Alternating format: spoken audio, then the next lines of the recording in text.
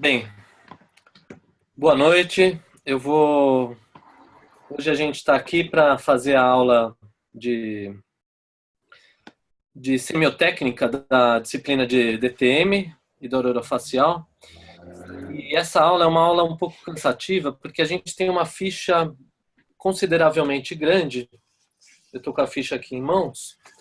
E assim, vocês ainda não sabem como preencher a ficha, como se familiarizar. E no começo, para fazer esse preenchimento e se familiarizar com a ficha, a gente leva um tempo considerável. Primeiro porque a gente ainda não sabe DTM de um jeito mais aprofundado. Então, para um primeiro contato assim com a disciplina, já fica algo diferente, é difícil. Mas a gente vai tentar fazer da melhor maneira possível para deixar claro para todo mundo. Então, eu peço que, caso ainda reste alguma dúvida, que depois vocês me mandem e-mail ou me perguntem pessoalmente, enfim, para a gente tirar dúvidas quaisquer, ou mesmo lá na clínica durante o atendimento dos pacientes. Então é o seguinte, em primeiro lugar, eu queria dizer para vocês o seguinte, que a DTM, disfunção temporomandibular, e dor orofacial, mas especialmente a disfunção temporomandibular. Vamos nos concentrar aqui na disciplina e no atendimento mais em disfunções temporomandibulares do que genericamente dores orofaciais. No caso das disfunções temporomandibulares, nós utilizamos alguns critérios diagnósticos e eles têm alguma forma de abordagem, eles servem para que a gente padronize a nossa forma de diagnóstico e de tratamento e de abordagem com os pacientes, para inclusive a gente conversar com outros clínicos, outras pessoas da mesma especialidade no mundo. Então existem alguns critérios que foram criados assim até há relativamente pouco tempo para que a gente padronize algumas formas de examinar, formas de abordar o paciente, formas de exame, formas de chegar a um diagnóstico para que as pessoas consigam conversar na mesma língua. Porque antigamente, como é uma especialidade relativamente nova, antigamente o pessoal falava, cada um dava um tipo de diagnóstico e abordava de uma maneira diferente. Então a gente está tentando falar a mesma língua, na verdade. Então eu posso mostrar para vocês, em primeiro lugar, uma, uma, uma apresentaçãozinha aqui sobre aqui o tal do RDC e o DC. RDC significa, em inglês, né, Research Diagnostic Criteria, ou seja, critérios de diagnóstico para pesquisa, que antigamente só tinha o RDC, e aí foi simplificado, hoje em dia a gente usa mais o DC, que é só Diagnostic Criteria, ou critério diagnóstico. Então ele é utilizado tanto para clínica quanto para pesquisa também. É um diagnóstico um pouco mais simples. E as funções dele são mais ou menos aquelas que eu falei. Então vejam aí o que está escrito. Para sistematizar e organizar a atenção, a anamnese e exames para o diagnóstico. Então uma das coisas que nós que mexemos com essa disciplina desejamos em primeiro lugar, a gente anotar os dados demográficos dos pacientes. Para quê? Para que a gente consiga, em primeiro lugar, organizar nossa anamnese, nossa tomada de história. Então, os dados do indivíduo, razões que o trouxeram até a nossa clínica. Então, com isso, a gente caracteriza o nosso paciente. A gente identifica a equipe de atendimento. Então, no caso aí de vocês, na própria ficha, tem um espaço aí que depois eu vou mostrar, que vocês colocam o nome da dupla, né, o nome ou do trio que estiver atendendo, e é importante colocar também quando que foi isso. Então, por exemplo, no segundo semestre do ano de 2018, ou seja lá qual for o ano e o semestre, e o nome da dupla, nome e sobrenome, para que a gente consiga depois, como essas fichas vão ficar no prontuário do paciente, para que, caso surja alguma dúvida, a gente consiga remeter a quem que atendeu, até para conversar com os pacientes depois também. E uma coisa muito importante é a gente começar anotando sobre queixa e tratamentos anteriores ao paciente ter vindo aqui. Então, qual é a queixa ou quais são as queixas e a quais tratamentos para aquela queixa que ele foi submetido. E logo na primeira folha da ficha, nós teremos também uma parte que o paciente vai desenhar regiões onde ele tem essa queixa. Depois eu vou mostrar detalhadamente na própria ficha. Então, uma vez que a gente faz isso, a gente precisa tomar cuidado, preservar o ambiente que a gente faz essa tomada de história, que a gente vai realizar o nosso exame físico. Então, o ambiente ele tem que ser o mais preservado possível, até porque os pacientes de DTM são pacientes um pouco mais diferenciados no sentido de que eles carregam um sofrimento assim envolvido na condição que eles vêm, na queixa que eles trazem.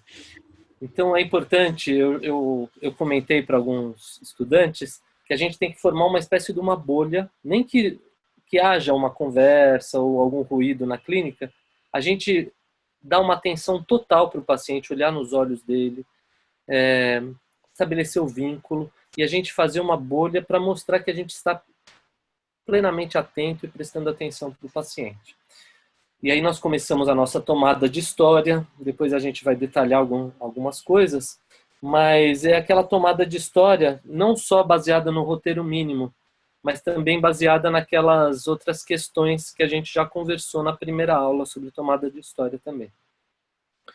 Aí nós faremos uma série de exames físicos, vamos tomar nota de uma série de detalhes visando toda a nossa tomada de história e os exames clínicos, os exames físicos, vão ter uma coerência baseada no que o paciente vai nos trazendo, na queixa, na história que ele traz, nos exames físicos que nós formos encontrando, o que vai nos levar para algumas hipóteses diagnósticas. E aí a gente estabelece a nossa hipótese diagnóstica e ao final a gente vai anotar essas hipóteses diagnósticas. Por quê? Porque só com o diagnóstico a gente vai ter uma conduta terapêutica. A gente não pode receitar algo para o paciente ou prescrever algo para o paciente fazer sem a gente saber o que ele tem. Enquanto a gente estiver na dúvida, não existe tratamento.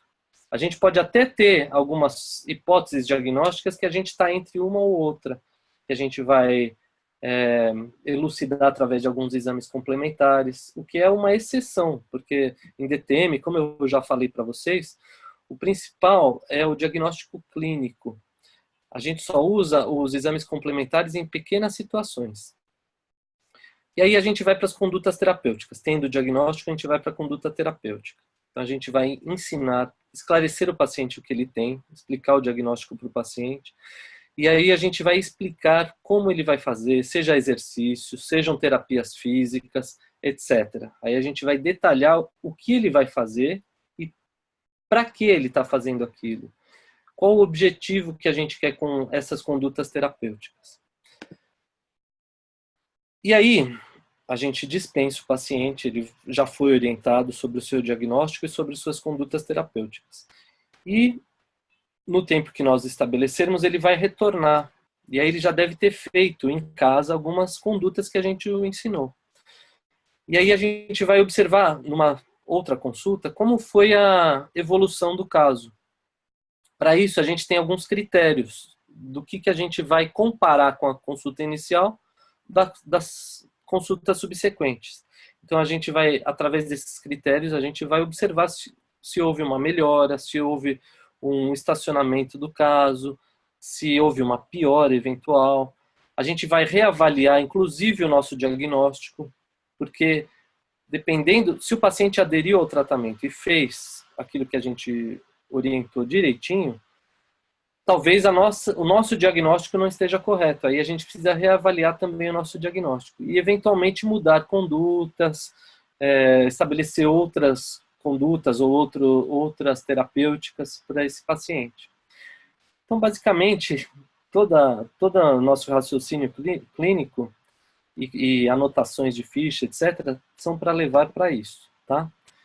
Então, basicamente, isso o que a gente vai fazer inicialmente, né? É importante que a gente preste muita atenção em cada um dos detalhes.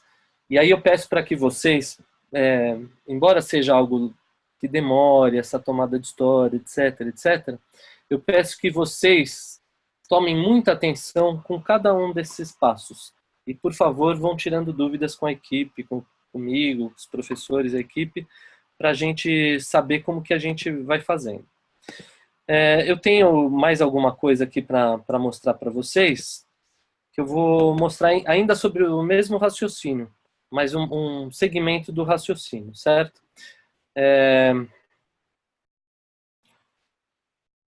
Ainda sobre os critérios diagnósticos, a gente existe todo um raciocínio aí por trás.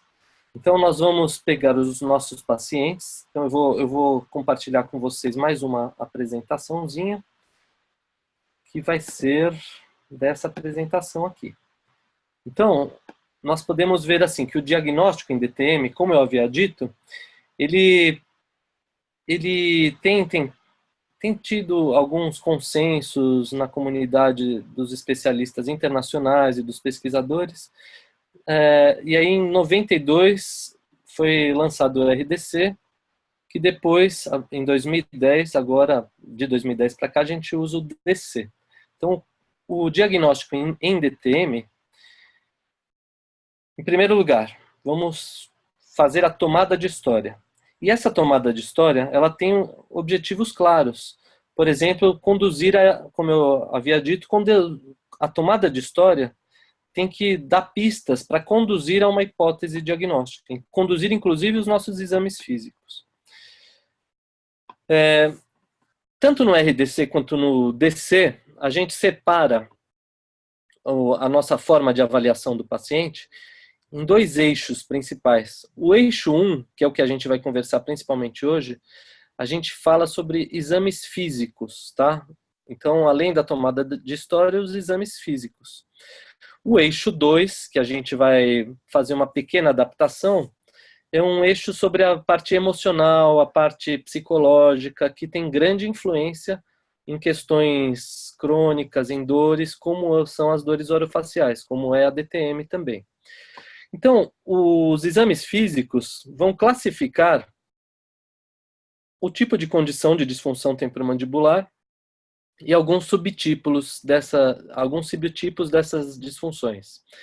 Então, existe um roteiro a ser seguido, que eu vou esmiuçar com vocês. Eu peço até que vocês peguem assim a ficha de vocês, acompanhem essa aula com a impressão dessa ficha na mão, e vocês vão ver assim que, por exemplo, na segunda página, onde a gente vai fazer normalmente a tomada de história, assim como na ficha inteira, vocês façam anotações das partes pertinentes a cada etapa da ficha. Então, em vez de anotar no caderno ou em alguma outra forma de anotação, eu sugiro que vocês imprimam uma ficha em branco e que façam anotações passo a passo em uma ficha de vocês, para que ela sirva de uma espécie de uma colinha, de um guia, para quando vocês forem preencher a ficha do paciente real, tá? Então aqui vai ter um guia do que vocês devem seguir.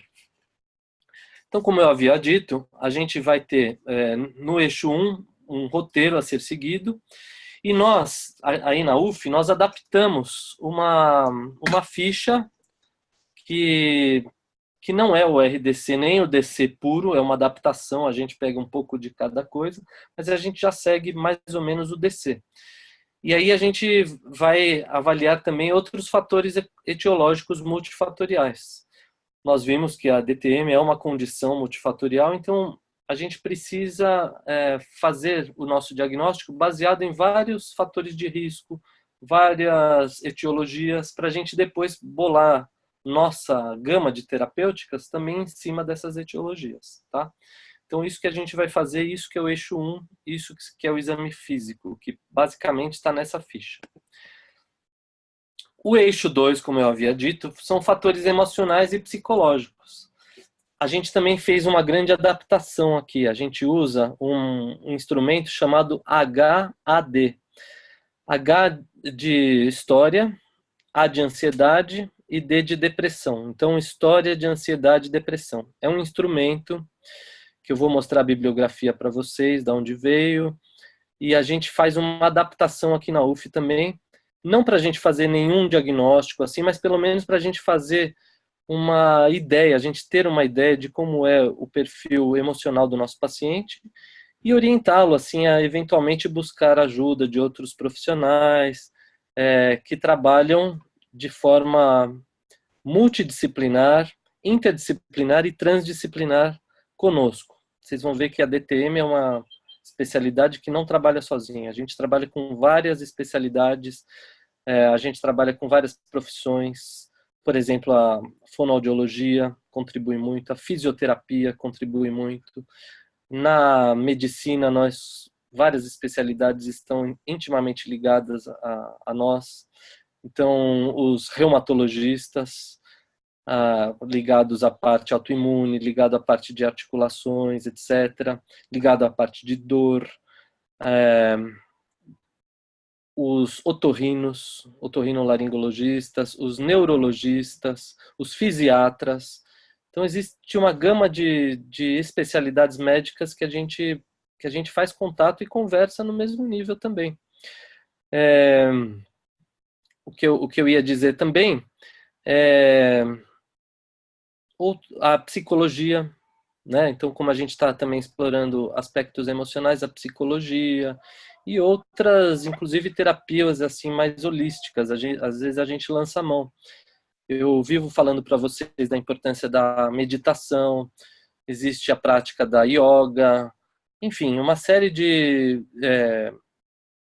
o RPG, a massagens, acupuntura. Então, existe uma gama de terapêuticas e especialidades e práticas que a gente vai lançar mão também aí quando a gente pensa em dor, quando a gente pensa no paciente em sofrimento. Então, o dentista ele não olha só a boca, ele vê o paciente como um todo. E isso falta muito na nossa profissão. E é importante que nessa disciplina, nessa especialidade, a gente talvez se aproxime mais a parte ligada à saúde e não a parte só de realizar procedimentos, etc. Então, daqui a pouco eu mostro para vocês esse instrumento que é o HAD, que é diferente do eixo 2 do DC ou do RDC, que é muito mais extenso, muito mais aprofundado. Aqui a gente simplifica e a gente usa esse instrumento que é o HAD, tá? Então, seguindo aí na nossa apresentação, nós vamos chegar, como eu já falei, de outra monta aí, nós vamos chegar a um diagnóstico ou hipóteses diagnósticas que vão nos conduzir a condutas terapêuticas. E aí, quando o paciente retorna em outras consultas e em outras sessões, nós vamos fazer uma revisão. Então, é uma repetição do que eu já acabei de falar para vocês, para rever o nosso diagnóstico, ver se o paciente aderiu realmente, ele está seguindo as nossas condutas terapêuticas que nós recomendamos para ele, ver se existe alguma comorbidade que esteja modificando, uma comorbidade importante que esteja modificando ou alterando ou perpetuando a condição de disfunção temporomandibular e dor orofacial, e avaliar novamente fatores emocionais, porque todas essas questões modificam o êxito do nosso tratamento, tá? Fora do RDC ou fora desses critérios diagnósticos, existem algumas questões. Por exemplo, espasmo muscular, miosite, contratura, quando a gente fala da questão muscular. Na questão articular, existe a poliartrite, injúria traumática aguda, tudo isso está fora. Como eu vou dizer assim, a gente consegue uma abordagem maior desses pacientes e a gente não tem a forma de esmiuçar tão detalhadamente, mas pelo menos esse critério diagnóstico mostra algo assim mais genericamente. Estou vendo aí que está entrando mais gente, né? Tudo bem? Olá, Natasha, tudo jóia? Nós estamos aí na aula online, por enquanto, com o Danilo e você. E assim, eu já falei para a turma que depois tudo isso será gravado e gerado um link para a gente depois compartilhar com os colegas. Então Ok. eu vou fazer o seguinte, eu vou pedir para você, Natasha, para você, eu vou desativar o seu som e aí na hora das perguntas você mesma pode reativar, se você precisar me interromper, qualquer coisa, isso para qualquer um de vocês, tá bom? Tá, Eu obrigada, vou professor. desativar temporariamente aí, com licença. Então, como eu estava dizendo, os diagnósticos também da academia americana também ficam fora dessa nossa forma de abordagem aí na ficha da UF. Tá? E aí, vamos falar dos tais exames complementares. Como eu disse para vocês, quando a gente fala de DTM, disfunções temporomandibulares e dor orofacial, eu já falei em diversas situações e vou falar de novo porque isso é importante. O diagnóstico ele é clínico, baseado na história, na tomada de história e basicamente no exame físico também, que vai nos guiar para uma hipótese diagnóstica clínica, ou seja, abordagem de anamnese e abordagem dos nossos exames físicos. Os exames complementares, na nossa especialidade, eles têm uma função muito específica.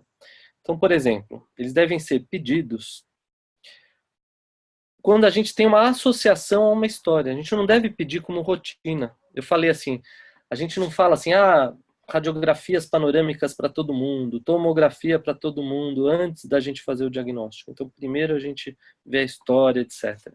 Então, associado a uma história, a gente pode pedir exame sim. Em geral, para a gente eliminar a pior hipótese, inclusive para acalmar o paciente. Lógico que considerando também o custo desses exames. Às vezes não é plausível pedir, mas como a gente já conversou em aula, às vezes para acalmar o paciente que pode pensar que é algo pior, pode pensar num câncer, etc., a gente pede um desses exames para a gente afastar hipóteses mais graves. Então, os exames complementares, em geral, eles estão associados a uma história, eles servem para descartar dúvidas, né? Deve ser justificado o pedido com um raciocínio. Ele não deve ser como rotina, como eu já acabei de falar.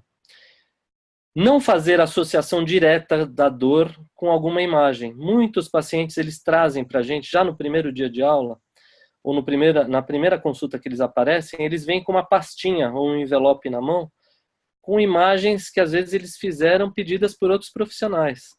E eles querem que a gente veja. Nada impede da gente ver. E às vezes a gente vê alterações na imagem. Eu mesmo já tive casos que eu vi coisas graves, como fraturas do processo condilar. Só que o clínico é o que manda. Então, esse paciente que eu falei que eu vi fratura, por exemplo, ele não tinha ele tinha um desvio de abertura, assim, mas funcionalmente ele já estava adaptado. Então, não necessariamente a gente precisa de uma conduta, assim, de cirurgia, etc. Então, a imagem isoladamente, ela não diz nada, ela tem que estar associada a uma história, a um exame, a uma queixa, etc. Então, os exames complementares, como está aí na quarta linha, eles são somente úteis para mudar uma opinião diagnóstica, tá? Que isso fique muito claro. Depois eu vou mostrar para vocês como que a gente requisita esses exames, desde uma radiografia até uma tomografia computadorizada, quando a gente pensa em tecidos mineralizados, ou seja, tecidos duros, até uma ressonância magnética, que pode ser estática, pode ser dinâmica. A gente pode pedir um vídeo da ATM em funcionamento. Só que é um exame caro. Então a gente só vai pedir quando tem esses critérios que eu estou falando para vocês, que justifiquem esse pedido. Ou então, a gente, como trata no ambiente acadêmico, ou então para ilustração acadêmica, para estudo, mas que não onere o paciente só por esse motivo, né? Então, que isso fique bem claro. Não é só onerar o paciente, mas é fazer ele faltar no emprego, fazer ele pedir autorização para o plano de saúde, fazer ele gastar tempo de exame, voltar com o exame, para a gente ter o mesmo diagnóstico que a gente já teria tido apenas pela história e pela clínica, tá? Então a gente deve se preparar, vejam essa última linha que está escrita aí embaixo. A gente deve se preparar muito bem para o diagnóstico clínico.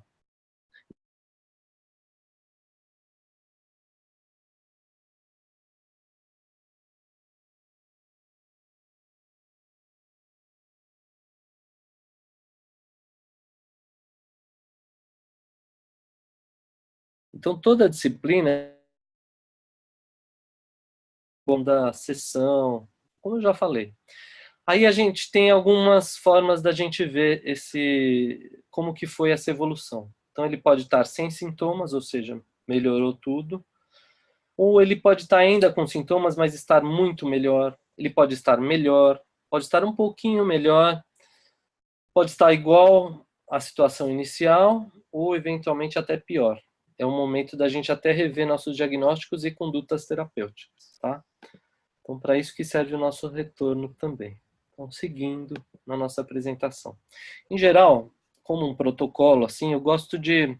Lógico que cada paciente é de um jeito, mas como um protocolo, a gente pode pensar assim, que na primeira consulta a gente faz toda a ficha, isso quando a gente ficar craque. Vocês vão ver que no começo, para completar uma ficha inteira, às vezes demoram mais do que uma consulta, mais do que uma sessão. Mas o ideal é assim, na primeira consulta a gente completa a ficha inteira, a gente faz a anamnese, a tomada de história, a gente segue com o exame físico, chega na hipótese diagnóstica, e aí, essa hipótese diagnóstica, a gente explica para o paciente com qual objetivo? O de tranquilizá-lo. Como eu disse, muitos pacientes chegam com medo de ser algo mais grave. Quando a gente fala em dor e essas questões inespecíficas, que não tem muito sinal assim aparente ou visível, o paciente já pensa em câncer, pensa em coisas gravíssimas. Então, tranquilizar o paciente. A gente chegar numa hipótese diagnóstica e tranquilizar o paciente, porque em DTM, seja lá qual for o diagnóstico, tudo é simples. E a gente consegue, com manobra simples, conduzir o caso. Então, tranquilizar o paciente é fundamental. Então, explicar o que ele tem. E a gente vai motivar o paciente, né? A partir do diagnóstico, o paciente já se sente tranquilo e calmo. Aí a gente vai motivá-lo, aí depende também daquelas questões que a gente vai perguntar para o paciente, o que ele está disposto a fazer para melhorar a condição que ele chegou. Então a gente vai motivá-lo a fazer as terapêuticas que a gente vai propor. E orientar o paciente, né? Então, na primeira consulta a gente vai fazer tomada de história, exame físico e essa tranquilização, explicação, motivação e orientação de todas as condutas. É bastante coisa. É difícil no começo. Se a gente fica também muito preso à nossa ficha, a gente se perde da história global. A gente dá muita atenção para o detalhe e perde o contexto todo, né, geral do paciente. Então, tentar não fazer isso. Eu sei que no começo vai ser difícil, é muita coisa, mas esse é o nosso objetivo. Aí uma semana depois, mais ou menos, ou na sessão seguinte que a gente agendar com o paciente, a gente vai avaliar aqueles critérios que eu falei. Se ele está muito melhor, se ele está sem sintomas, se ele está igual, pouco melhor ou eventualmente pior. Se ele estiver pior, a gente vai rever inclusive o nosso diagnóstico, como eu falei. Mas se ele está um pouco melhor ou igual, a gente vai propor outras modalidades terapêuticas, que a gente pode fazer inclusive na clínica, o que é legal, porque existe uma parte que é de aconselhamento e instrução para ele fazer em casa. Ele vai fazer medidas em casa. Agora, na clínica, a gente pode fazer a própria termoterapia, que vocês vão aprender depois mais detalhadamente o que é.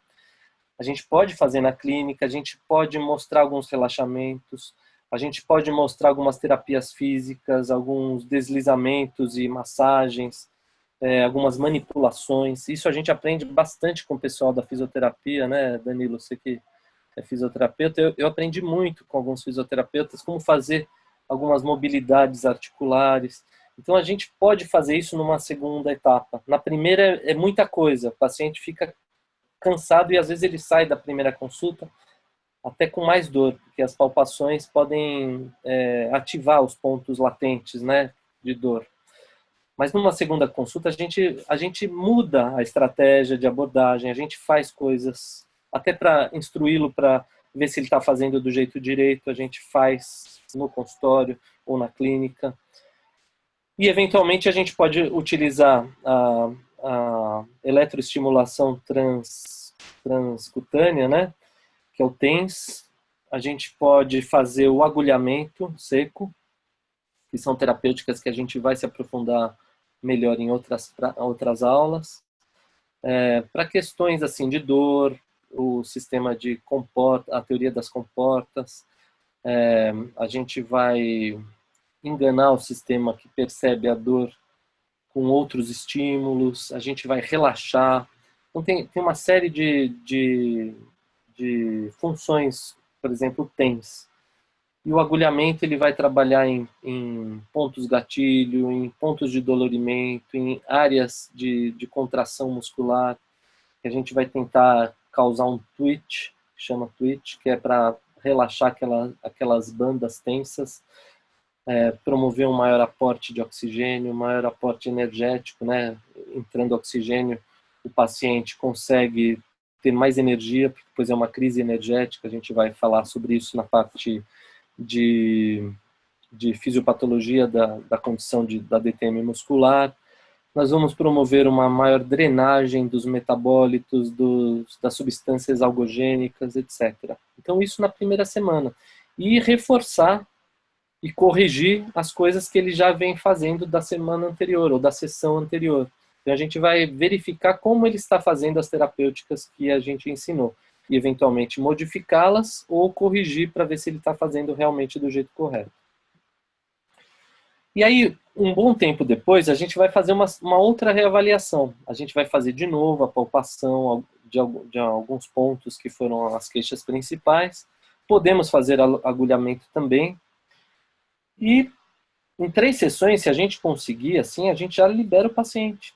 A gente já dá alta para o paciente, mas não é uma alta assim de tchau e bênção para se livrar do paciente, entre aspas, assim. É uma alta relativa, porque o paciente, entendendo o que ele tem, ele vai ficar motivado para fazer as terapêuticas, que são simples, vai fazer as terapêuticas e vai ver que ele vai melhorar. 90% dos casos que há aderência, o paciente melhora. E aí ele vai entender o que ele tem, vai aprender as terapêuticas e ele vai saber os fatores de risco também, e ele não vai... Como a DTM é uma condição flutuante, se ele tiver de novo, né, porque não existe assim, você está curado, nunca mais você vai ter DTM. É igual gripe, é igual dor de cabeça, assim. Quando ele tiver novamente, ele já vai se entender e vai saber as medidas que ele pode fazer para melhorar. E ele vai evitar também os fatores de risco, os fatores etiológicos que exacerbam, que levam àquela... que são predisponentes, que são perpetuantes, etc., que levam àquela condição. Então, ele estando bem orientado, ele mesmo se autotrata, vamos dizer assim. E caso ele tenha alguma dúvida ou ele precise de nós, a gente se põe à disposição com os nossos números de telefone, com a nossa presença na clínica, que a gente não vai embora, espero que a clínica continue aí para sempre, né? A gente tem uma demanda grande. Então, avisar que não significa que ele não pode voltar, mas pelo menos ele aprendeu a controlar a dor. Então, é assim que a gente consegue fazer o controle dos nossos pacientes e grande número deles. Certo? Então é isso. Eu agora vou passar para uma sequência aqui do que a gente está programado para falar hoje, né? E aí vamos falar sobre a nossa ficha. Vamos falar sobre a nossa ficha. Eu vou abrir aqui algumas apresentações, mas antes disso eu quero mostrar o tal do HAD.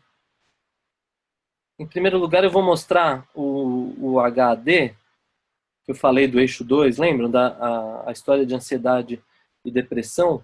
Eu vou mostrar como que é esse HAD adaptado assim, da Unifesp, que é da onde a gente se baseou bastante, onde eu e o professor Marcelo fizemos a nossa especialização nessa especialidade. Então, vou mostrar rapidamente para vocês esse instrumento lá da Unifesp, para a gente poder conversar mais com vocês. Então, vocês devem estar vendo aí a escala do HAD. Essa é uma ficha da Unifesp, e aí uma série de perguntas, que depois eu já vou mostrar como são as da UF. Mas vejam o seguinte, cada pergunta, vocês podem ver que tem um score. Dependendo da resposta, tem um score ou um número do lado da resposta, que é aleatório. O paciente não vai se ligar nesse número, ele vai simplesmente responder cada questão, e são questões de abordagens emocionais, de abordagem de dor, de condições de estresse, né? Então, um exemplo, eu me sinto tenso ou contraído na maior parte do tempo, boa parte do tempo, de vez em quando, nunca, e podem ver, ó, num tem o score 3, depois no outro tem 2, depois no outro tem 1, no outro tem 0. Aí a próxima questão, os números mudam, não é o primeiro, é 3 sempre. Então vão mudando esses números. O paciente vai respondendo independente do número, e vai respondendo. E aí no final, a gente vai somar as questões, por exemplo, aqui, ó, questão 1, 3, 5, 7, 9, 11, 13, tem a ver com ansiedade. E as questões 2, 4, 6, 8, 10, 12, 14 tem a ver com depressão. E a gente vai somar aqueles numerozinhos que a gente viu embaixo. Se der um score de 0 a 7, é improvável que ele tenha ou ansiedade ou depressão. Se der de 8 a 11 em qualquer uma dessas letrinhas, ou ansiedade ou depressão, ou seja, naquelas questões lá que a gente está avaliando, é possível que a gente precise fazer uma abordagem transdisciplinar, interdisciplinar, multidisciplinar. E um número maior que esse, mais provável ainda. Eu vou mostrar agora como que é a nossa ficha daqui, da UF. Só que antes, deixa eu só mostrar mais uma vez a ficha da Unifesp. Só um segundo, Danilo, já te dou a palavra. Vejam aqui embaixo as referências, tá? Isso é importante. Esses autores e alguma validação para o Brasil. Então temos aqui as publicações. Isso aqui é o que é utilizado lá na Unifesp, tá? Quer falar alguma coisa, Danilo? Pode falar. Professor, eu queria falar que, na verdade, eu acho que pelo que mostrou na ficha, trata-se da Unesp, Universidade Estadual de São Isso Paulo. é. A Falei Uni- errado. Mas a Uni- assim, eu falei da Unifesp, na verdade, é verdade, Danilo. Eu falei da Unifesp porque eu e o professor Marcelo fizemos a Unifesp, especialização de DTM e dor orofacial na Unifesp. Eu confundi mesmo. Entendi, que seria a E Escola Paulista de Medicina, né? isso, a gente fez lá. E lá que a gente aprendeu a usar esse instrumento ao invés de utilizar o eixo 2 do RDC ou do DC, tá? Perfeito. E aí a gente adaptou para a ficha da UF. Vocês vão ver que é muito semelhante a esse que vocês viram da Unesp, corrigindo. Vocês vão ver que é muito semelhante. Então, deixa eu ver se eu consigo compartilhar com vocês. Vocês estão vendo aí a ficha da UF agora? Estão vendo? Então, ó, na ficha da UF, a gente explica assim para o paciente, ó, o HAD. Esse questionário ajudará a saber como você está se sentindo. Aí, instruções, né? Leia todas as frases, etc. Tal. E aí, uma adaptação daquela outra que vocês viram. Eu me sinto tenso ou contrariado, ou contraído. Aí tem aqui a letrinha A para essa questão. E aqui aqueles números. Aí a próxima questão tem a letrinha D. Ou seja, as questões que tem a letra A tem mais a ver com ansiedade. As questões que tem a letra D tem a ver com depressão.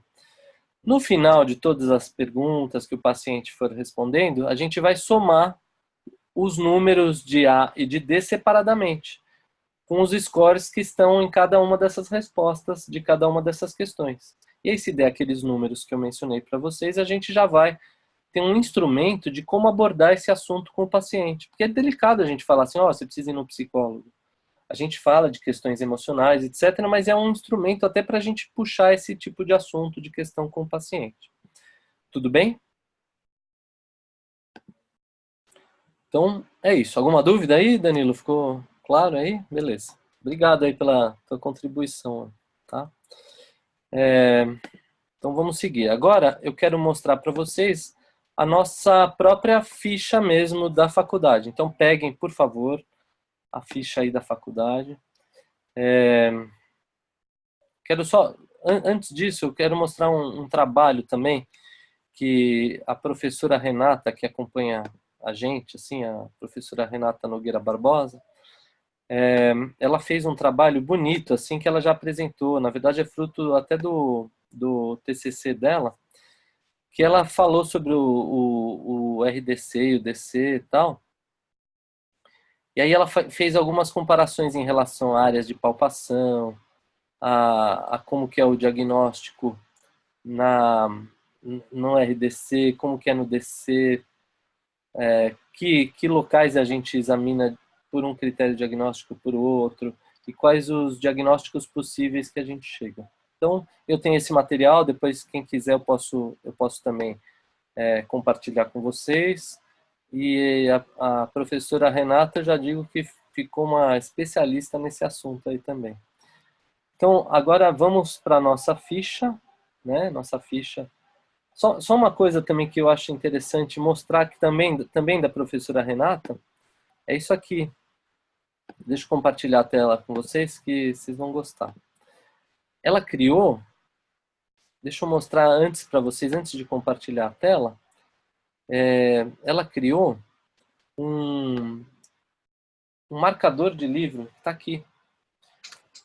Isso aqui, que ela dava para uns pacientes, assim, dava para quem participou de uma pesquisa que a gente fez, que eu inclusive orientei ela e o professor Marcelo, explicando o que é disfunção temporomandibular, de um lado, tem aqui uma imagenzinha, assim, né, da TM, de áreas importantes, e aqui explicando, assim, quais são os sintomas, como prevenir, como tratar ou como controlar. Então, o fato dela dar isso para as pessoas já conscientiza. Lembra que eu falei que a DTM era uma condição assim que as pessoas nem sabiam direito que tinham? Então, eu vou mostrar melhor para vocês o que era isso. Ó, tá aqui a imagem desse marcador de página que ela fez, né? Que eu tenho também, se alguém quiser reproduzir, eu tenho inclusive esse arquivo, posso passar para vocês. Infelizmente eu não tenho mais marcadores para distribuir assim, mas vocês podem imprimir ou utilizar isso aí, a Renata permite. Então, explicando o que é, como eu falei, quais os sintomas, como prevenir e como tratar. Mostrando que é algo simples também, né? Então, mais uma curiosidade aí de uma produção aí de uma aluna como vocês, que passou pela disciplina, gostou da disciplina, fez o TCC dela sobre algo da especialidade. Então, é um campo vasto, assim, também para TCCs de vocês, né? Então, agora sim, vamos começar a nossa ficha. Então, por favor, abram a ficha clínica. Eu vou começar a mostrar para vocês na própria ficha clínica, e aí podem me interromper, igual o Danilo fez. Eu não considero algo que atrapalhe, na verdade é algo que soma com o que a gente está fazendo, e a gente consegue conversar melhor. Então, vou compartilhar novamente a tela. Vocês estão vendo aí que, em primeiro lugar, a gente tem os dados demográficos que a gente chama do paciente. Então, nesses dados demográficos, como eu falei, a gente vai anotar a equipe de atendimento, número do prontuário, etc. E a data de atendimento, né? Todos os dados aí do paciente, etc. Nessa parte aí, pessoal, eu gostaria que vocês... Não está escrito aí, assim, de maneira assim mais explícita, mas eu gostaria que vocês, além de tudo isso que está escrito aí, que vocês fizessem uma observação aí ao lado, pode ser ao lado aí dessa questão número 1 aí, a maior, assim, fazer uma anotação com um asterisco, assim, escrito a queixa e duração da questão que a pessoa traz. Então, de modo resumido, que ela consiga relacionar o motivo pelo qual ela procurou o atendimento. Para que a gente pegue a ficha e já bata o olho e veja na primeira página. Então, fazer um asterisco isso. E vocês podem, nessa primeira página aí, ainda, colocar assim, por exemplo. Então, anotem aí para que vocês lembrem disso.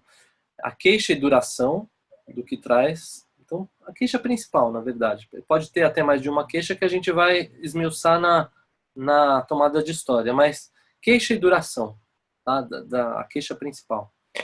A quantos tratamentos foi submetido, que profissionais foi em relação a essa queixa, e o que a pessoa deixou de fazer por causa dessa queixa. Então, deixei de beijar, deixei de cantar. Tem muitos pacientes que falam esse negócio de cantar, cantam em igreja, etc. Pararam de cantar, ficaram menos extrovertidos, passaram a ser mais quietos, mais introvertidos.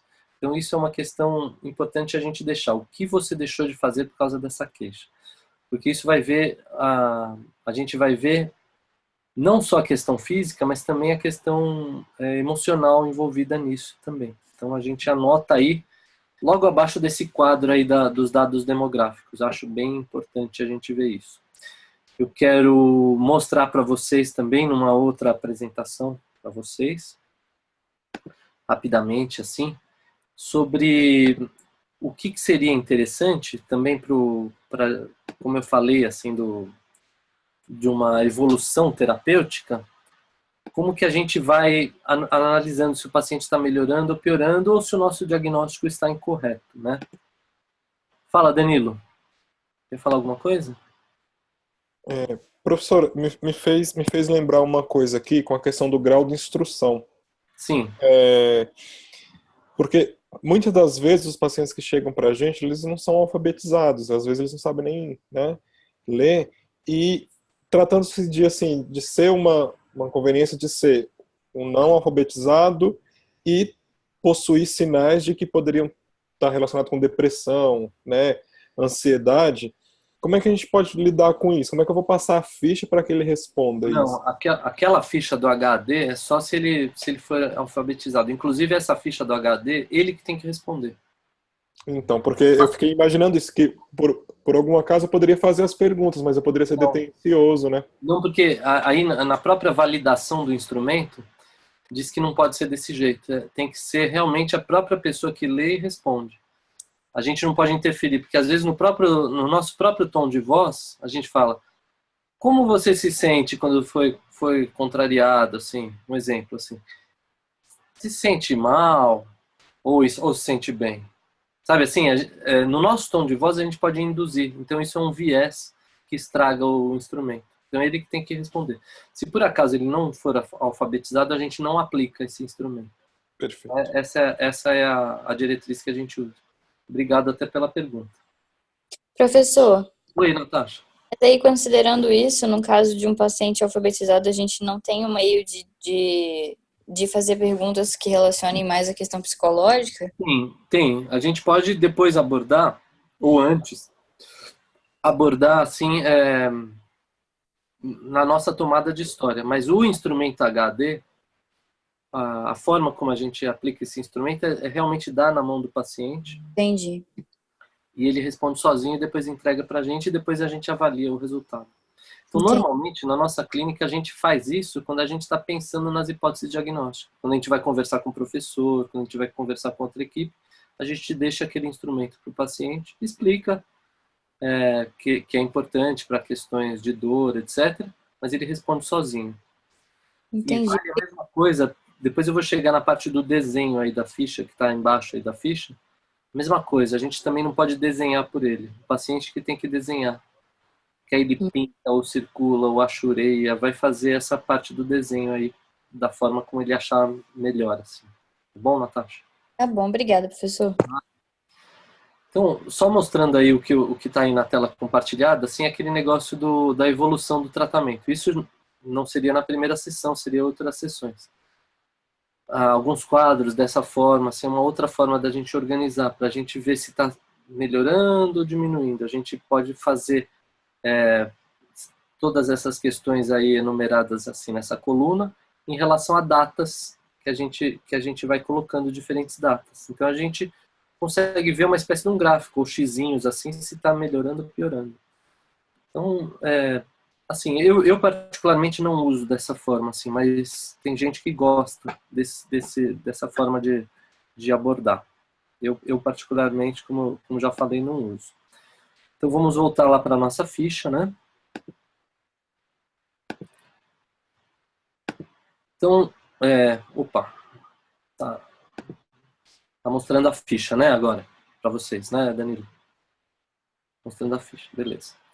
Então, assim, primeira questão, você tem dor do lado direito da sua face, do lado esquerdo ou ambos os lados? Aí a pessoa vai circular, aí a gente que escreve, nenhum direito, esquerdo ou ambos. Circula. Esses números que estão aí do lado é só para depois a gente tabular os dados, não tem nenhuma importância principal agora. E nem significa que se colocar o 3 é melhor que o 0. Por enquanto, não. Então, a gente vai simplesmente circular aí. E aí a gente pede para o paciente apontar nele mesmo onde ele sente dor. E aí a gente mesmo, suspeitando de acordo... Se ele faz assim, até uma coisa que eu gosto, vou até deixar de interromper, eu vou interromper um pouco o compartilhamento para falar isso para vocês, para parecer bem legal no vídeo. Quando o paciente, em geral, tá? Isso não dá para usar como regra, mas é um dos sinais que a gente, uma das dicas que a gente usa. Quando o paciente fala assim, me dói aqui, e ele faz um ponto assim, mostrando, por exemplo, a articulação temporomandibular, já é um indício de que é articulação mesmo. Em geral, até também por ser uma dor mais aguda do que seria uma dor muscular. Mas, em geral, as dores orofaciais são difusas e inespecíficas. Aí o paciente fala assim, dói aqui. Põe a mão. Ao invés de pôr o dedo, ele põe a mão assim numa região. A gente já começa a suspeitar mais de músculo. Não significa que não possa ter articulação envolvida, mas a gente suspeita de um maior envolvimento muscular nesse caso, tá? Então, nesse momento que a gente pede para o paciente apontar as áreas, a gente já vai ter esse tipo de dicasinha. Aí a gente vai colocar assim que do lado direito ou esquerdo, nenhuma articulação, músculos ou ambos. Então isso aqui ainda não é conclusivo, é simplesmente para dar uma pista para a gente. E aí chega nessa parte do desenho, a gente dá a caneta para ele e pede explica para ele, olha, aqui é uma imagem da sua cabeça, você olhando para um lado, olhando para o outro, ele mesmo já vai entender. E aqui do seu corpo inteiro, você de frente, você de costas. Por favor, marque as áreas onde dói. E aí o paciente, ele vai marcar as áreas da queixa e áreas de comorbidades. Isso é para a gente até eventualmente ver a amplitude assim, de onde dói, localização e suspeitas assim de dores no corpo inteiro. Por exemplo, para suspeitar uma outra comorbidade frequente que é a fibromialgia, que dói no corpo de uma maneira mais generalizada. Existem alguns pontos específicos para se determinar que é fibromialgia. E aí nós chegamos na segunda página, a história pregressa da doença, da moléstia atual. E aí a gente tem que usar aquele roteiro mínimo que está na página seguinte. Se vocês estiverem com a ficha em mãos, vocês vão ver que tem aquele tal do roteiro mínimo que a gente vai tentar seguir. Mas como eu venho treinando com vocês, nessa parte aqui da ficha, como é igual uma folha de caderno pautada, assim, a gente vai escrever uma história corrida. A gente não vai escrever em itens. Então, mesmo que a gente aborde algumas coisas de uma maneira sequencial, a gente não vai escrever em itens. Então, seguindo o nosso roteiro, por exemplo, qual a sua queixa? Ele pode falar que é uma queixa de dor, ele pode falar que é uma dificuldade de abrir ou fechar a boca, ele pode falar que tem ruídos, como estalidos, por exemplo, ou crepitações. Então, qual a queixa ou as queixas? E aí a gente vai estabelecer uma história sequencial, seguindo aquele roteiro mínimo, para cada uma das queixas. E aí nós vamos indagar, né, ou perguntar melhor, assim, como é essa dor? Qual é o tipo da sua dor? O caráter da sua dor, né? É uma dor latejante, é uma dor irritante, uma dor perfurante. O paciente usa diversos adjetivos. É uma queimação. O que não pode também, viu, Natasha, nesse momento é a gente induzir. Então a gente tem que perguntar como é essa dor, qual o caráter da sua dor, qual o tipo da sua dor, para ver o que ele fala. Ele vai utilizar alguns adjetivos. Eu sinto um ardor, é uma dor pulsátil, é uma dor cansada, eu sinto um aperto, eu sinto choque. Dependendo desses adjetivos, já nos dá pistas da etiologia. Por exemplo, se ele fala que é uma dor latejante, o que lateja no nosso corpo? Algo ligado à parte vascular. Então a gente pode suspeitar de questões vasculares, de questões inflamatórias que tem a ver com a parte vascular. Se é uma dor irritante, a gente já começa a pensar em questões musculares, que tem um pouco mais, trazem adjetivos assim, irritante, cansada, pesada. Em Portugal eles falam uma moedeira, isso eu aprendi até com um professor meu da especialização, o professor Antônio Sérgio Guimarães. Já quando ele fala assim, eu sinto uma queimação, ou sinto um choque, eu sinto uma parestesia, ele não vai falar a palavra parestesia, ele vai falar, eu sinto dormir. Já são questões ligadas a nervos, a questões neuropáticas, questões ligadas à parte neurológica, neuropática. Ardor, né? São coisas mais estranhas. E assim vai. Então, o tipo da dor, ou o caráter da dor, nos dá esse tipo de pista. E aí a gente vai falar assim, e a intensidade da dor? Imagine que 0 é sem dor e 10, em termos de notas, né? De 0 a 10, que nota você dá para a sua dor? 0 é nada e 10 seria uma dor muito intensa. Uma dor, a pior dor que você já sentiu. Alguns pacientes, eles falam assim, é uma dor alta, eles dão uma nota alta, nota 8, nota 9, alguns dão até nota 10. E aí, para a gente não se perder, assim, porque a gente tem que falar assim, não, mas o que você deixa de trabalhar quando você tem esse tipo de dor? Ele vai falar, não, eu trabalho, também não é assim.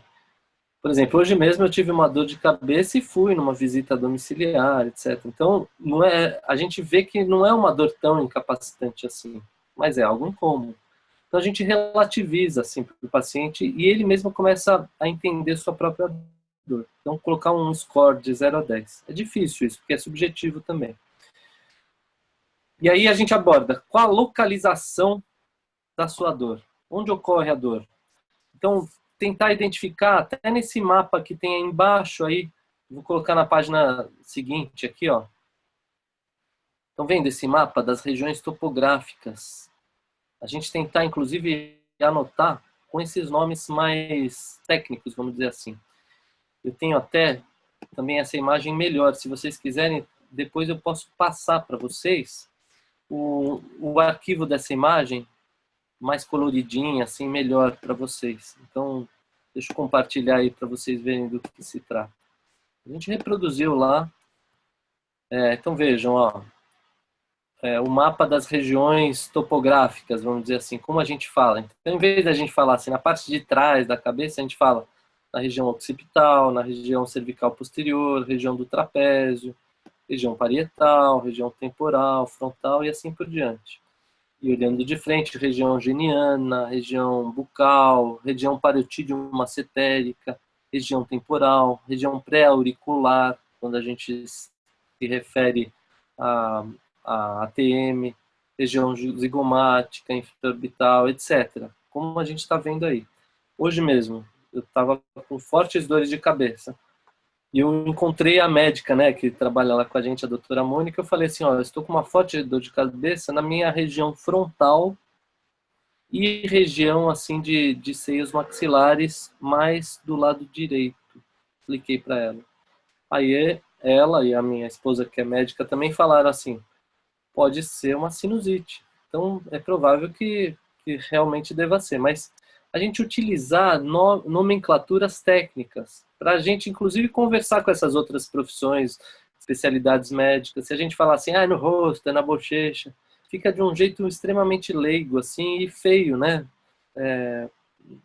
Não é querer dar uma assim, de maneirismos, assim, dar uma assim, de falar difícil. Não se trata disso.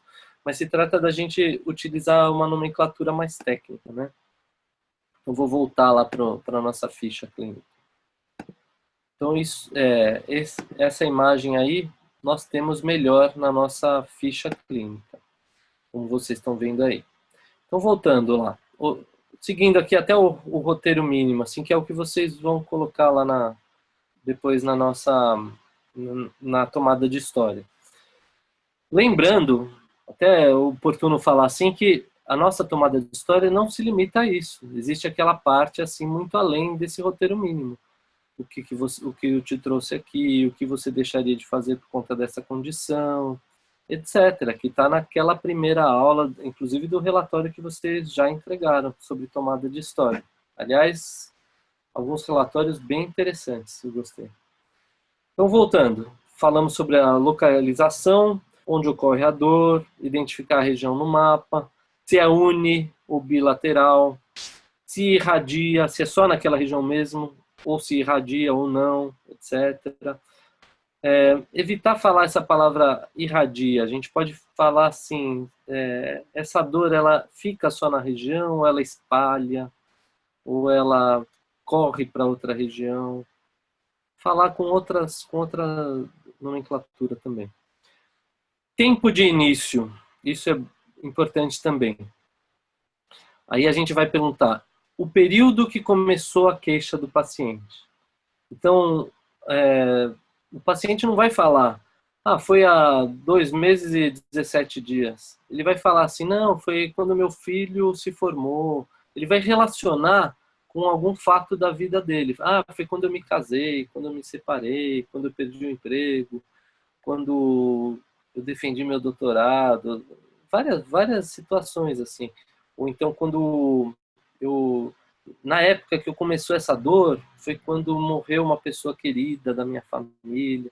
Ele vai relacionar. E aí sim a gente tenta, a partir desse relacionamento, ver que data que foi. E aí a gente coloca na nossa anamnese o tempo, assim, desde... Aí a gente coloca a data, aproximadamente o mês ou o ano que ocorreu isso. Então tentar associar com alguma questão. A frequência de ocorrência da dor. Então, é a frequência de ocorrência da dor relacionada ao período de tempo. Se é uma ou mais vezes por dia, ou seja, frequência em relação a uma unidade de tempo. Uma vez por dia, por semana, por mês. Se é uma frequência intermitente. Ou então a gente perguntar para o paciente assim, essa dor para em algum momento? Porque pode ser uma dor que está sempre presente, ou então ela está presente sempre, mas ela aumenta de intensidade, ela flutua, a intensidade se modifica. Então a gente tentar caracterizar em relação a essa questão temporal da frequência. E a duração é diferente da frequência. O quanto tempo dura. Quando a dor vem, qual o tempo de duração dela, de permanência? E aí, em uma unidade de tempo conhecida também, como segundos, minutos, horas, dias, meses, etc. Então, o espaço de tempo de cada episódio de dor. Isso é importante, tá? E aí, quando? O horário de ocorrência, quando acontece? Relacionado, não precisa falar assim às 7h52 também. Ele vai falar assim, quando eu acordo, quando eu vou dormir, ou seja, ao final de um dia inteiro, como aconteceu já com alguns pacientes que a gente já examinou. Ao acordar, nas refeições, ou seja, aí a gente já relaciona com a função, quando eu falo, quando eu faço exercício físico, quando eu vou cantar, etc. A ideia aí é verificar se existe um padrão. Existe um padrão. Por exemplo, se ele fala assim, eu acordo com essa dor. Quando amanhece, quando eu acordo de manhã, eu acordo já cansado, já acordo já dolorido. A gente pode relacionar isso com alguma atividade noturna. Por exemplo, uma parafunção de apertamento noturno, um bruxismo do sono, por exemplo.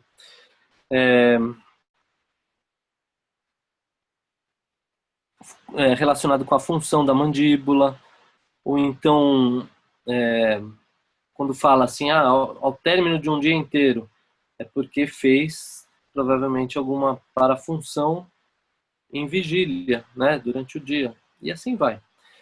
Depois, fatores precipitantes. Então, como está escrito aí no roteiro mínimo, a gente tentar identificar fatores que começam a dor. Por exemplo, o que desencadeia a queixa, vamos dizer de uma maneira diferente.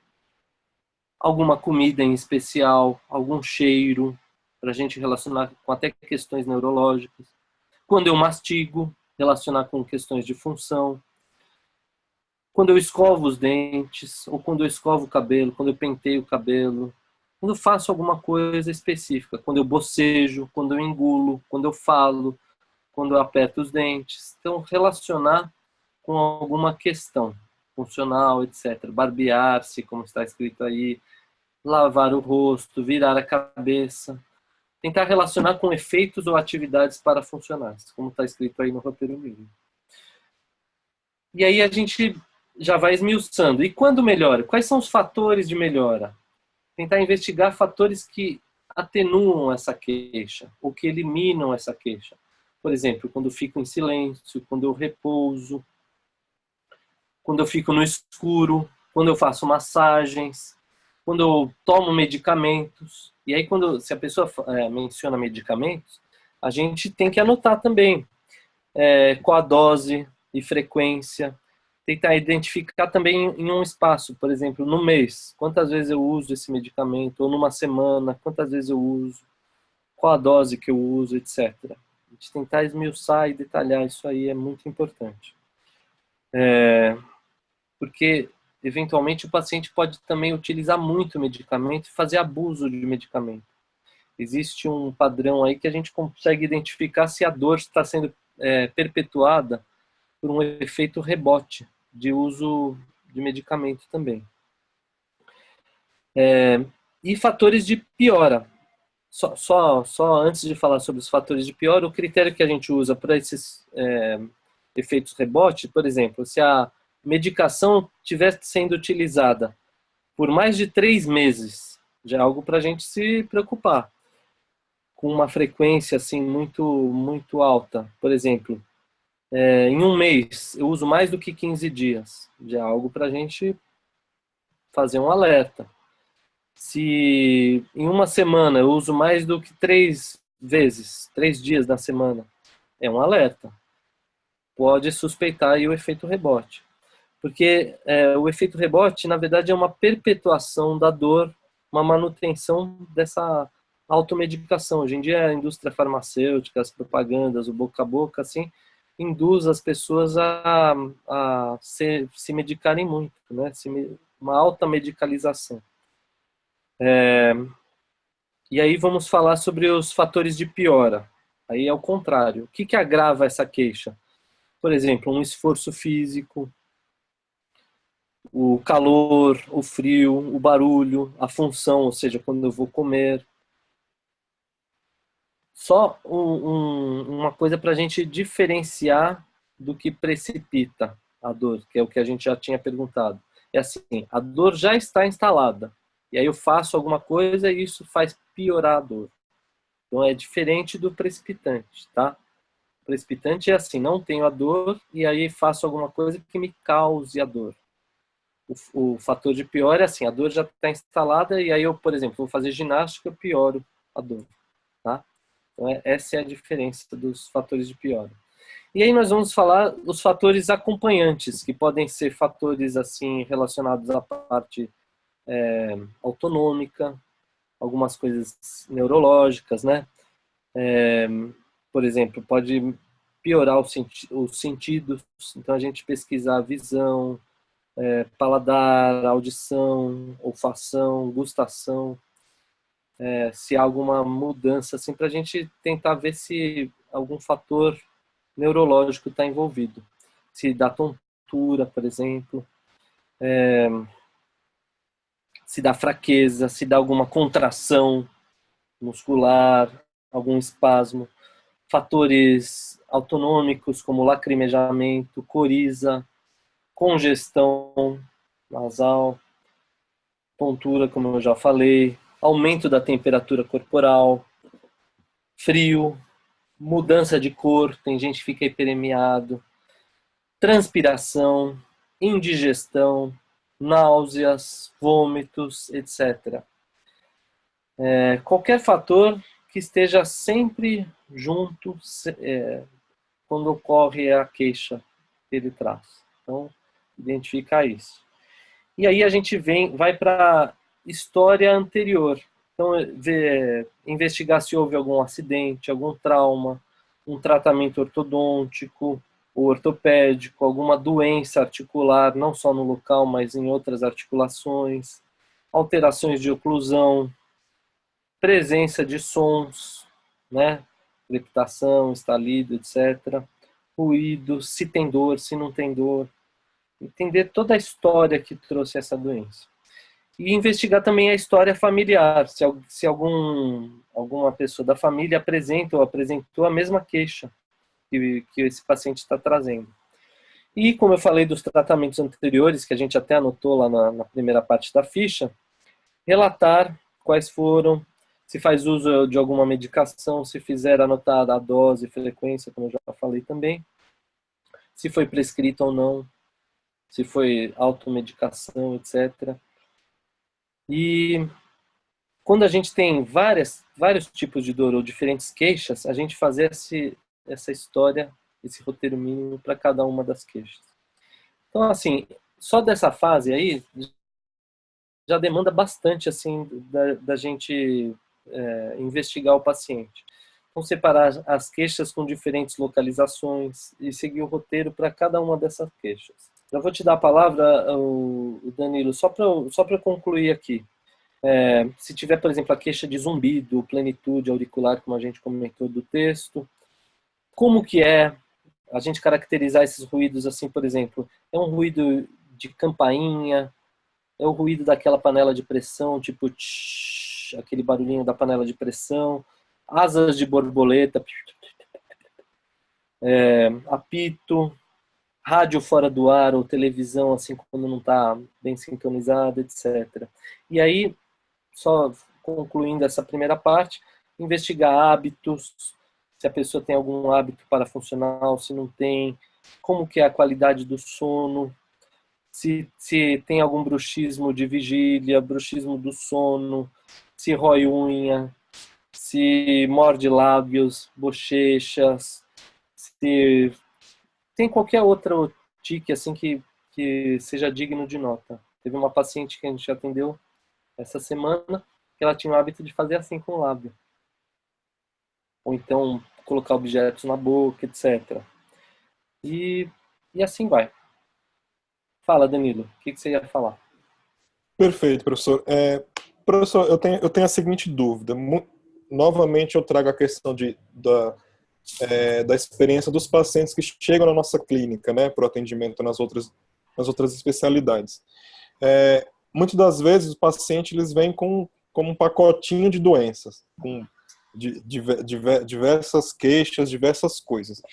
Eu queria saber se nessa tomada de história eu vou colocar todas as queixas que o paciente relata, ou eu vou tentar associar ou dar maior ênfase aquelas que possam estar relacionadas a DTMs, né?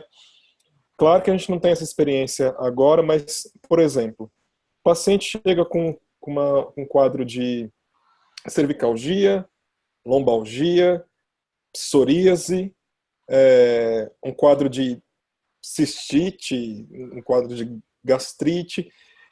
Assim, eu acredito que osteoartrose de joelho, por exemplo, de quadril. Então, na minha concepção, eu faria um enfoque maior, por exemplo, num caso de cervicalgia, tentar associar com a DTM muscular. Entraria mais daria uma atenção maior, por exemplo, ao caso de psoríase, ou até mesmo o caso de osteoartrose presente, por uma doença autoimune, relacionada talvez com uma DTM articular. Agora, por exemplo, o senhor acha interessante a gente estar lá focando na gastrite, na cistite, tentando tomar toda essa história dela?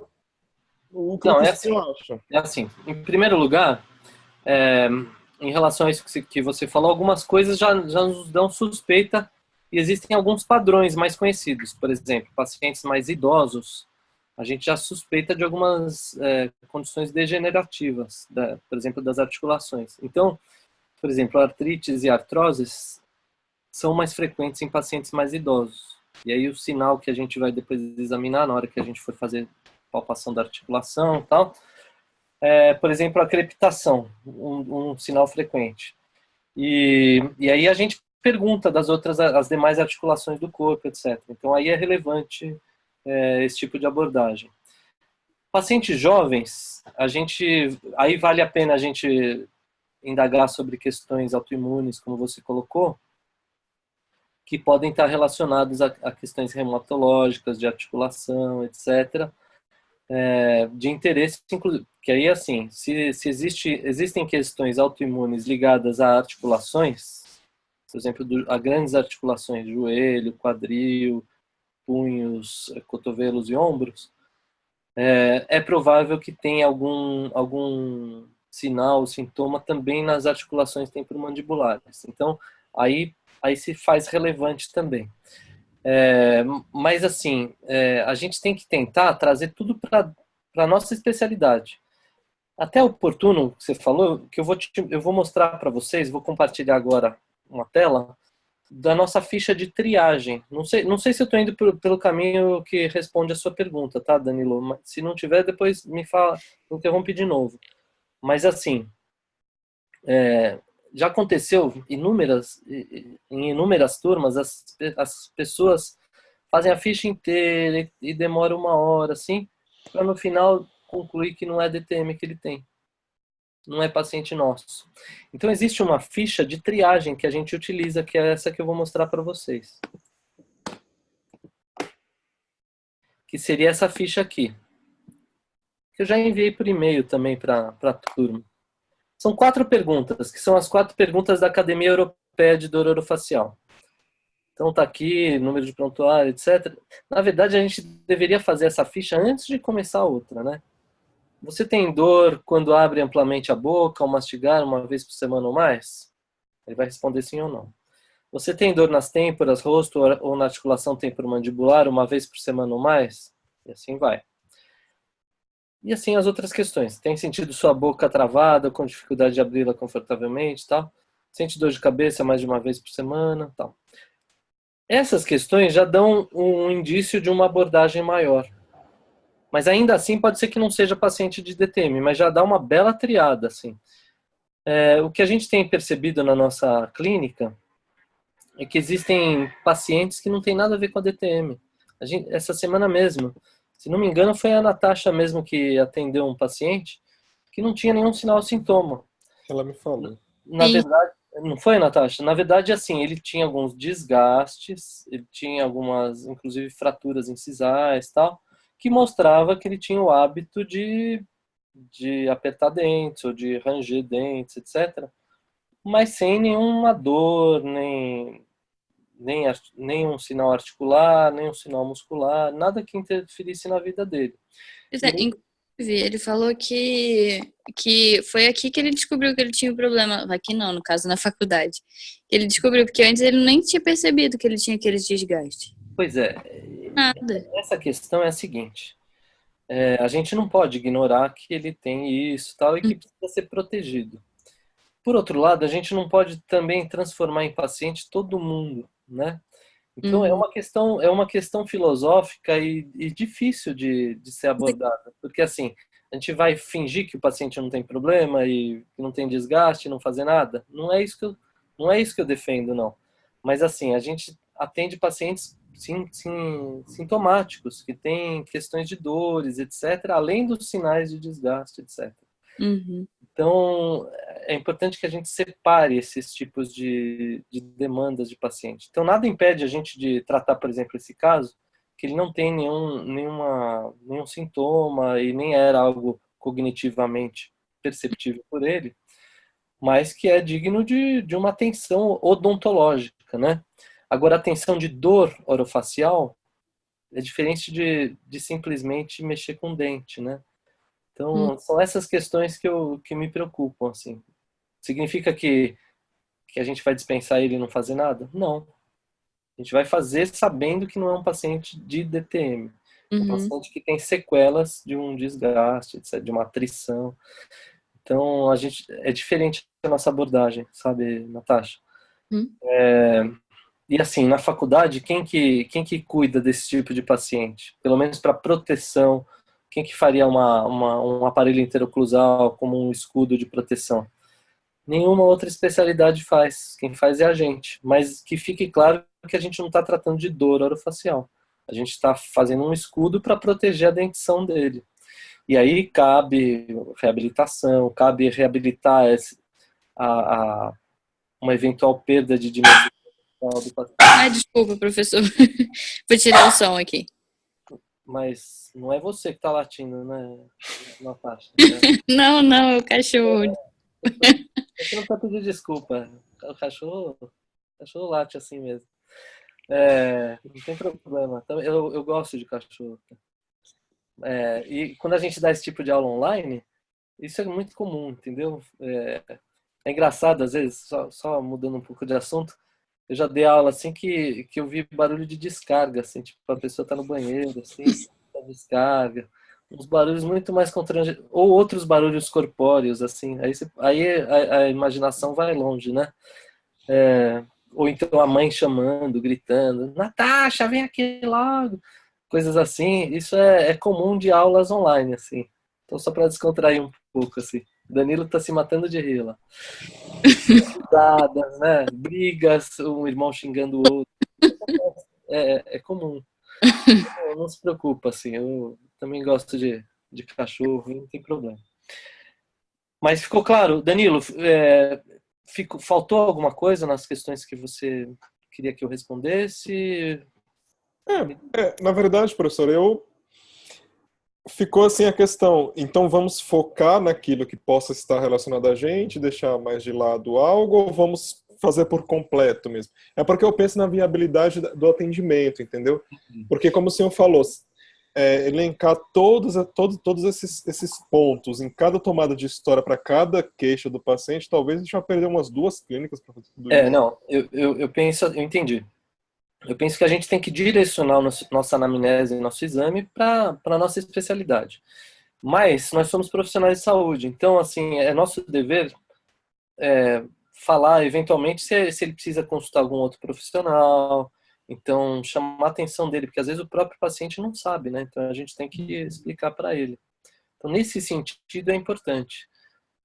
Mas não que a gente vá se aprofundar muito, assim. Aí a gente anota na ficha que ele tem aquela questão, aquela comorbidade que pode ter a ver com a DTM ou não, encaminhar ele, e se tiver a ver com a DTM, a gente pedir um parecer dessa outra profissão, dessa outra especialidade, se ele puder ir num psicólogo, num reumatologista, num neurologista, num otorrino, num fisiatra, num fisioterapeuta, num fono, seja lá qual for a especialidade ou profissão de apoio, que dê um parecer que depois a gente anote no nosso prontuário também. Então, é bacana. Às vezes a gente se comunica também com esses profissionais, não no sentido de uma curiosidade, tipo de fofoquinha, mas no sentido de visar o bem do paciente, né? Então, com isso a gente se torna muito respeitado até por outras especialidades e profissões. Eu converso assim às vezes com médicos, com outras profissões de uma maneira de altíssimo nível e te confesso que eu sou muito respeitado assim. Então saber como conversar, também não dar uma de bom, assim, de arrogante. É um exercício, sabe? É um exercício esse de abordar questões não odontológicas e saber qual é o nosso limite. Entendeu, Danilo? Tá? Respondido? Então vamos voltar lá para a ficha agora para a história médica, inclusive para acontecer isso que você mencionou. Só uma outra historinha assim, Danilo. Eu já tive uma paciente que estava com uma supuração aguda de apêndice, de apendicite. E eu que percebi, na época tinha um amigo meu que trabalhava no Hospital das Clínicas em São Paulo, eu liguei para ele, descrevi como a paciente estava, ela chegou da sala de espera até minha cadeira, assim, eu trabalhava no Sesc, né, em São Paulo, e ela chegou na minha cadeira assim, meio encurvada, eu falei assim, o que você está sentindo? Não, uma dor aqui e tal, aí eu fiz aquele sinal patognomônico da apendicite mesmo, não sendo médico, assim, mas eu suspeitei e falei assim, olha, você não tá legal, você precisa ir no pronto-socorro agora. Eu falei assim, e falei muito convicto, que aí liguei para esse meu amigo e falei assim, ó, tá indo aí a fulana de tal, não lembro o nome dela, você espera ela, ele tava de plantão, ele esperou ela, então ela foi, já procurou esse meu amigo, confirmaram o diagnóstico, era isso mesmo, e ela foi operada, meio que naquele dia mesmo. E aí esse meu amigo, que é um pouco exagerado, também fala assim, ô Robles, você salvou a vida dela. Se ela não viesse aqui, ela teria morrido, cara. É, você foi muito importante. Aí ele falou assim, desse jeito, porque ele é meio gozador também. Então, tirando esse desconto assim dele ser assim, eu também me senti muito feliz de ter causado um bem. E a própria paciente depois voltou para outros tratamentos e ela me agradeceu também. Pode ter sido uma sorte assim do momento, pode ter sido uma sorte de eu conhecer esse meu amigo, assim, de tudo isso ter acontecido, pode. Mas assim, o fato é que eu não olhei só para a boca.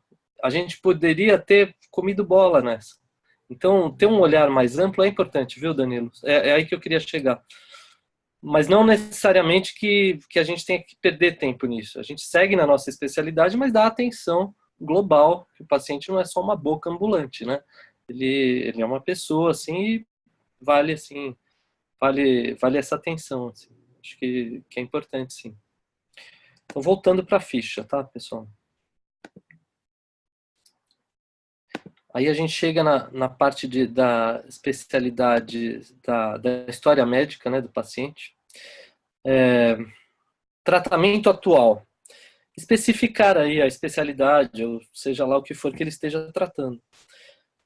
Medicamentos, a gente vai colocar o nome, a dose, a frequência, quem prescreveu, qual foi a especialidade que prescreveu, ou se ele está tomando por conta própria. Já é um mote para uma abordagem mais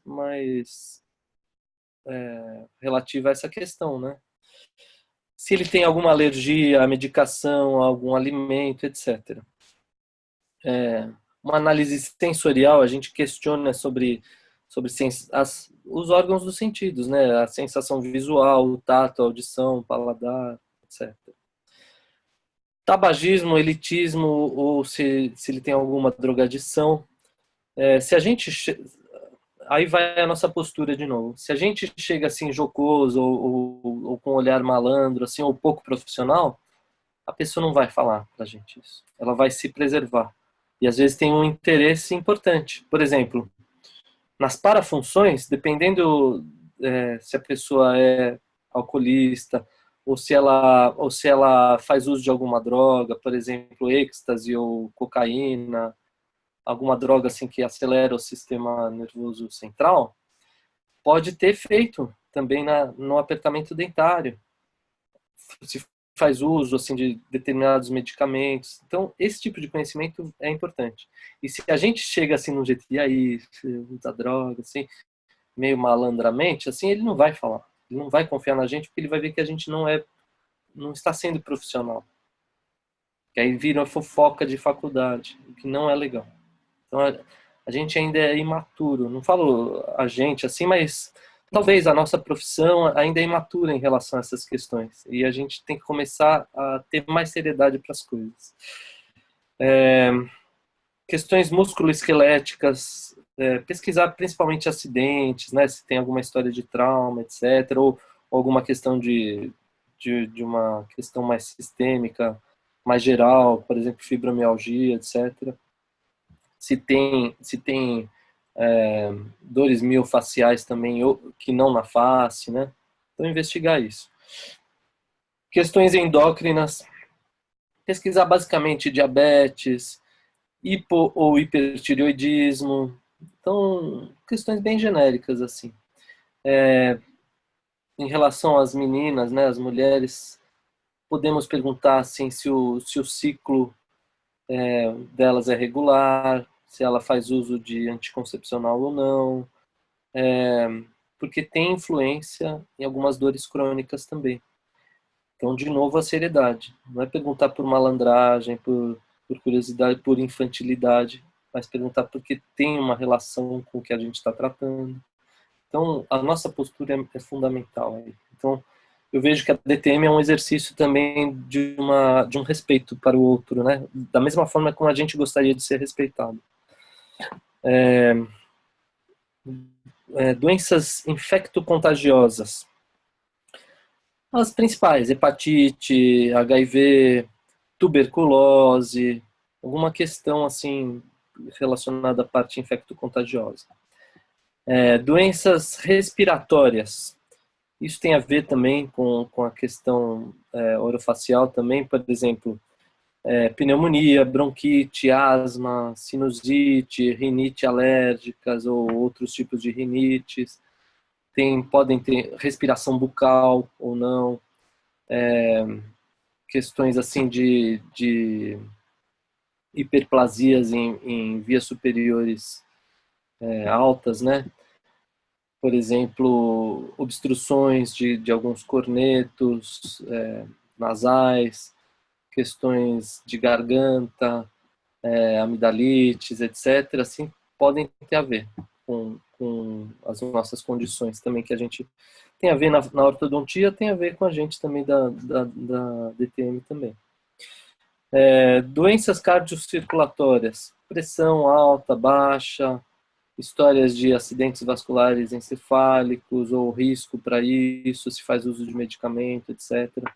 Doenças neuropsiquiátricas, se faz uso de algum medicamento, se tem história de epilepsia ou de convulsões, depressão, síndrome do pânico, transtornos obsessivos compulsivos, etc.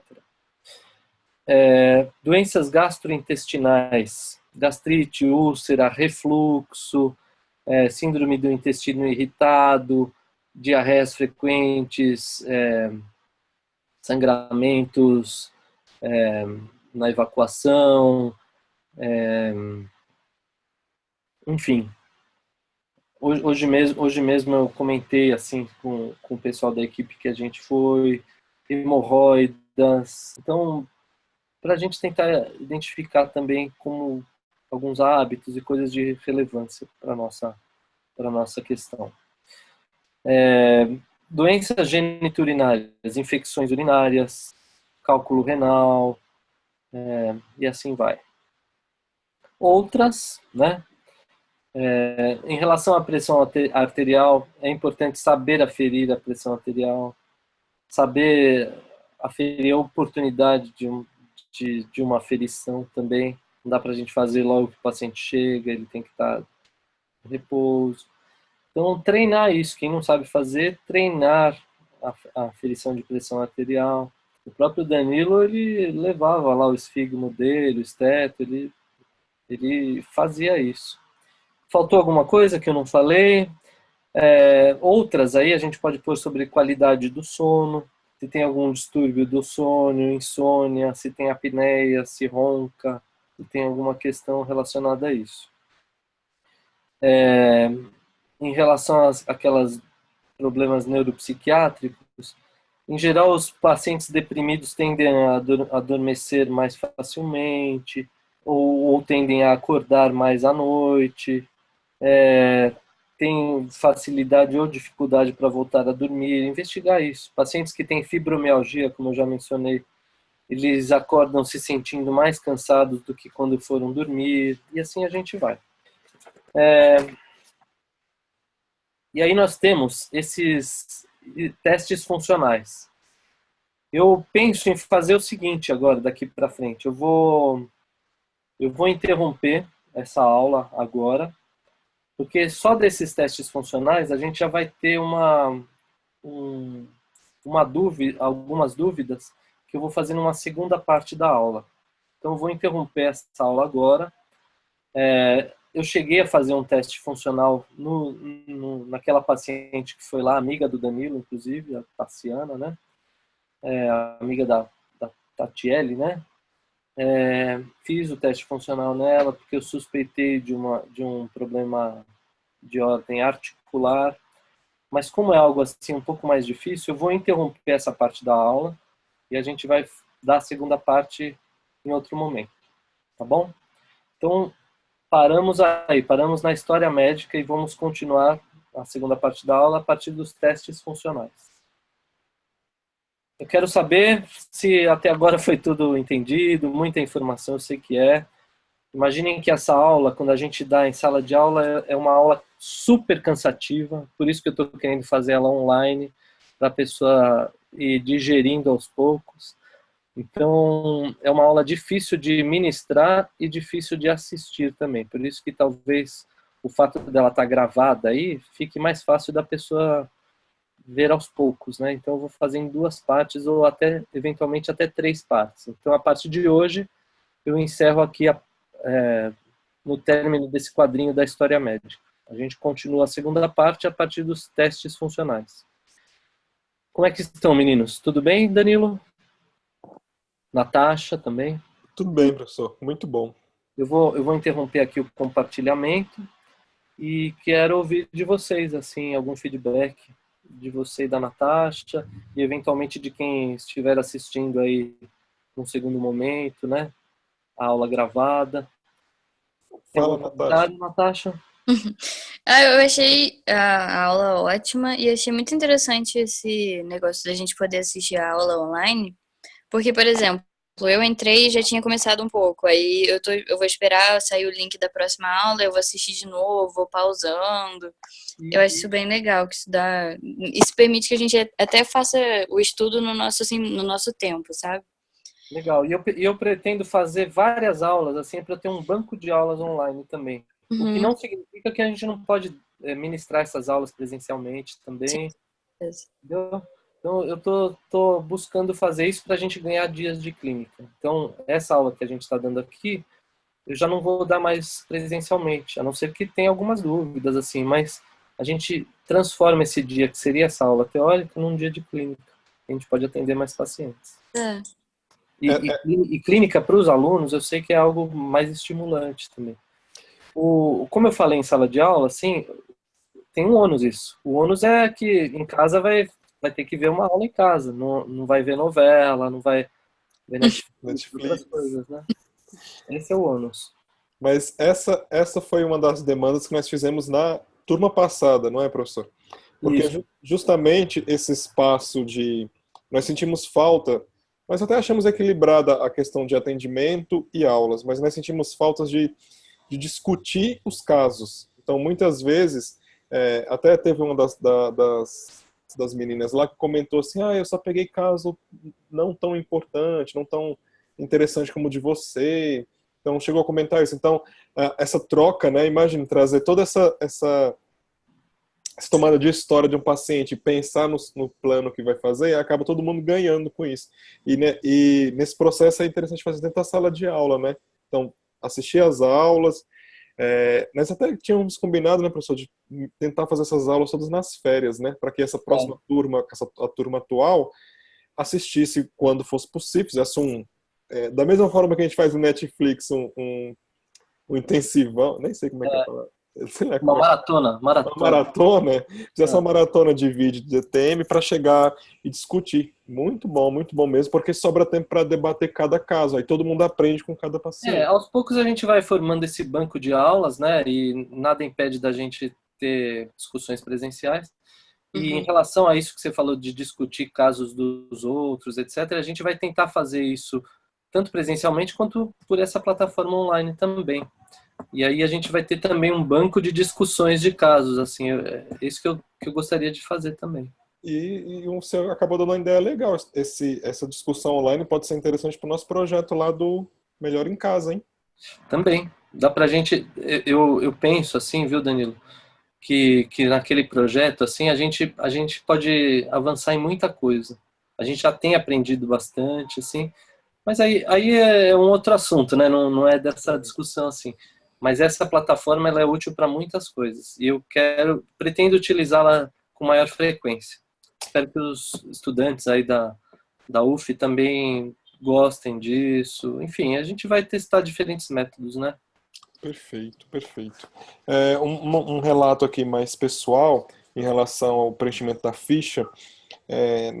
Natasha, vai acabar que assim, a sequência de perguntas, né, a atenção dada ao paciente na tomada de história de cada queixa que ele tem, esse mecanismo acaba criando uma proximidade. Então, acaba criando com o paciente um certo vínculo já em primeira consulta. Porque isso foge um pouco da nossa ficha tradicional de ficar perguntando cada lacuna, né? Perguntando e preenchendo, perguntando e preenchendo. Porque quando a gente permite o paciente falar dessa queixa, né?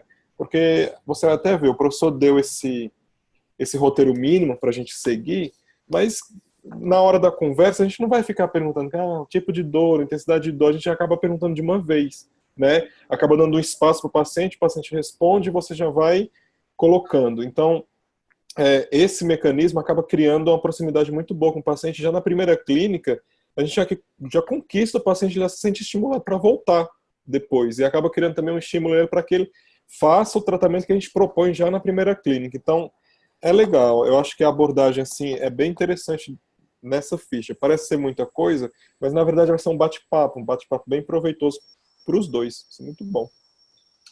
Legal. Experiência própria. Bom, né? Muito obrigado aí pela participação de vocês. Você quer falar alguma coisa, Natasha? Não, eu quero agradecer mesmo pela aula e é isso. Eu achei muito interessante, gostei muito da plataforma e eu estou ansiosa pelas próximas aulas. Legal. Eu já vou gerar um link dessa primeira parte. Eu confesso que acaba sendo cansativo também para mim, assim, ir de cabo a rabo, então vamos interromper aqui. Nada impede também que depois que eu gerar essa gravação, eu faça uma edição de virar uma coisa só.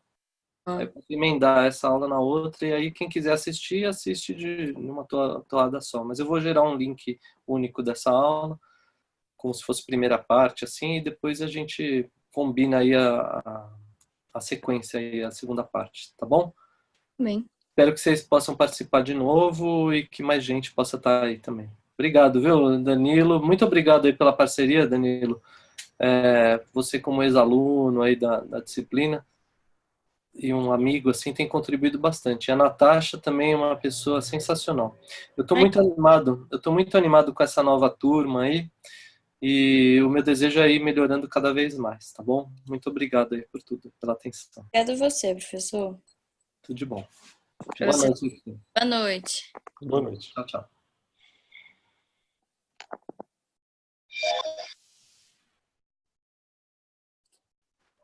Foi, professor?